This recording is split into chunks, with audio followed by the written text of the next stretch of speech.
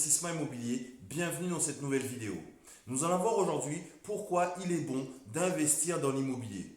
Aujourd'hui, comme tu le sais, tu peux investir dans beaucoup de domaines. Tu peux investir dans des entreprises, tu peux investir en bourse, tu peux investir en crypto-monnaie, qui n'est pas déconnant, moi j'aime bien, c'est pas mal aussi. Tu peux investir dans de l'or, tu peux investir dans du sucre, dans du blé, dans pas mal de choses. En fait, tu peux investir ton argent. Mais pourquoi est-ce que moi je recommande l'investissement en premier? Je ne dis pas de délaisser les autres, je ne dis pas non plus que les autres sont des mauvais investissements, mais pour moi, l'investissement le plus sécure, d'accord, c'est l'immobilier. L'immobilier, tu le sais, c'est une valeur refuge. L'immobilier, c'est quelque chose que lorsque tu l'as acheté, bon ben c'est ton appart, c'est ta maison, personne ne peut te le prendre comme ça. Tu peux partir en vacances et revenir et constater que ton appart est toujours là, ta maison est toujours là. C'est palpable, c'est rassurant. D'accord? D'autre part, l'immobilier, c'est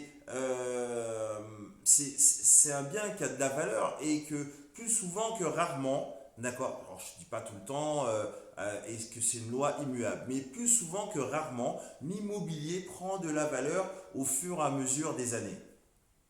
Alors, si tu as un doute sur ce que je viens de te dire, pose la question à tes parents et demande à combien ils ont acheté leurs biens de l'époque, enfin qu'ils ont aujourd'hui, ou à combien ils ont acheté l'immobilier à l'époque. Ils te diront. Ok?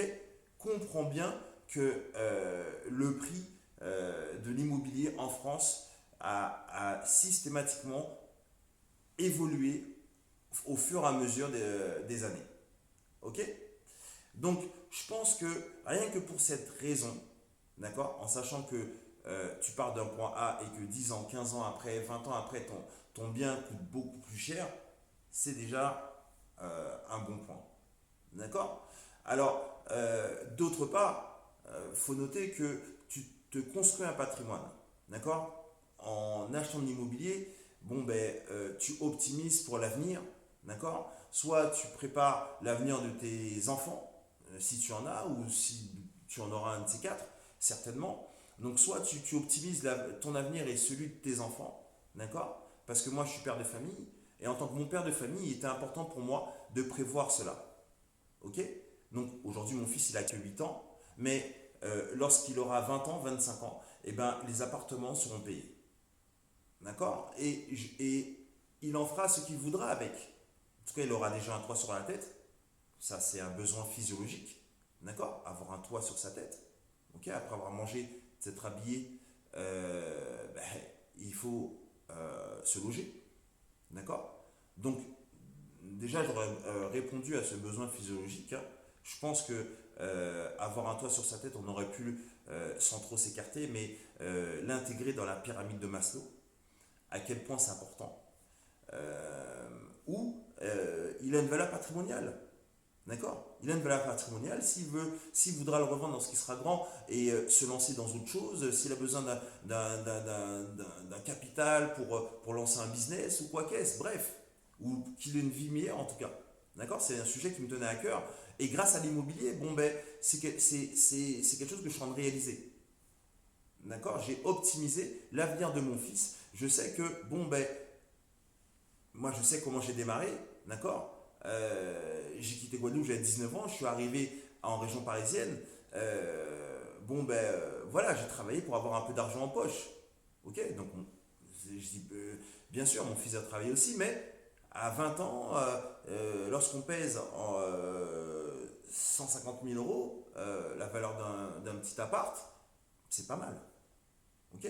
Donc, je pense que ça, c'est une des vraies raisons, une bonne raison en tout cas, c'est optimiser l'avenir, soit le sien, ça peut être ma retraite, ok?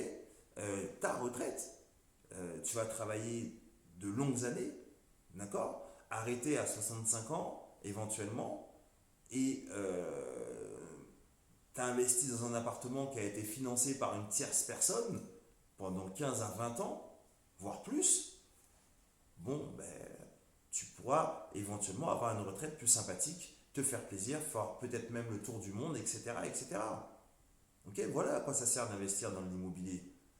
Euh, pour moi, avant tout, c'est de l'optimisation de demain. On optimise pour l'avenir. On se construit un avenir meilleur en investissement dans l'immobilier. Ok? on se construit du patrimoine, qu'on peut soit en jouir après, soit revendre et avoir un peu plus de liquidité pour profiter de la vie et des plaisirs de la vie, ou soit optimiser un avenir plus serein pour nos enfants. Je pense que ça, ce sont des vraies raisons qui devraient vous faire réfléchir à cela. D'accord? Et même limite, stopper la réflexion et vous faire passer à l'action et vous dire que oui, oui, il y a du sens à investir dans de l'immobilier. D'autre part, investir dans l'immobilier est un des seuls investissements où la banque va te financer à 100%. Ok, demain, tu veux monter une boîte, je t'assure qu'elle va te demander peut-être la moitié de. Si tu as besoin de 100 000 de capital, enfin, tu as besoin de 100 000 pour lancer ton business, et bien, elle va te demander en apport peut-être la moitié. Ok, pour qu'elle puisse te suivre. Et il faut que le business plan il tienne la route. Or que là, tu peux arriver en banque avec bien sûr une situation, d'accord? Alors, par pitié, je vais vous dire, n'écoutez pas ce qu'on entend beaucoup sur Internet, que on peut acheter de l'immobilier sans situation, d'accord? On peut être financé sans situation. Euh, voilà, c'est très très très compliqué, hein, d'accord? Et dites-vous bien que maintenant, en fonction des professions, la banque te suit ou te suit pas, au vu de la situation actuelle. D'accord? Alors, ce qui est surtout génial, c'est que la banque va te financer, comme je te disais, l'intégralité de ton bien sur une acquisition immobilière. D'accord? Et à la différence de d'autres choses, comme je te disais précédemment, la banque ne te finance pas à 100% pour un business. La banque ne va pas te financer à 100% si tu veux emprunter pour investir dans de l'or ou en crypto ou en bourse ou peu importe, ou monter une entreprise.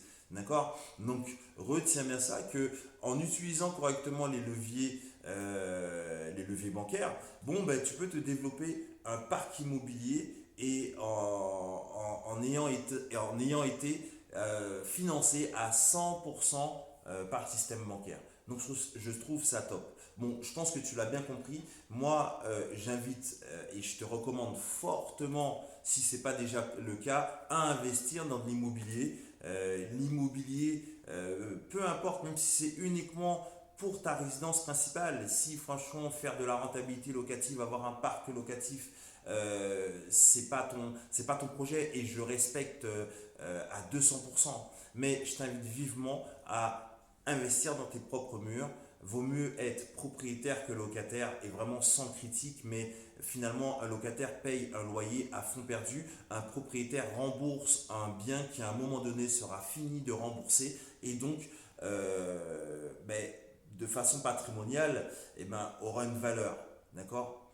Donc voilà, j'en ai fini pour cette vidéo. Je t'en remercie de l'avoir suivi. Ce que je te demanderais, c'est un like en premier lieu. Ben, écoute, ça me donne de la visibilité, donc j'en ai besoin, n'hésite surtout pas. Et en deuxième lieu, j'ai fait mettre un lien juste en dessous de la vidéo. J'ai travaillé très dur. Je vous ai fait 3 vidéos de formation gratuite. C'est totalement gratuit, j'insiste. Tu vas pouvoir t'inscrire et recevoir tes vidéos. C'est juste en dessous. Donc, il y a un lien. Tu cliques, tu reçois tes vidéos. Et puis, tu pourras bénéficier de mes compétences. Donc, je te dis à très bientôt. Je t'en remercie. Je te dis salut. Bye.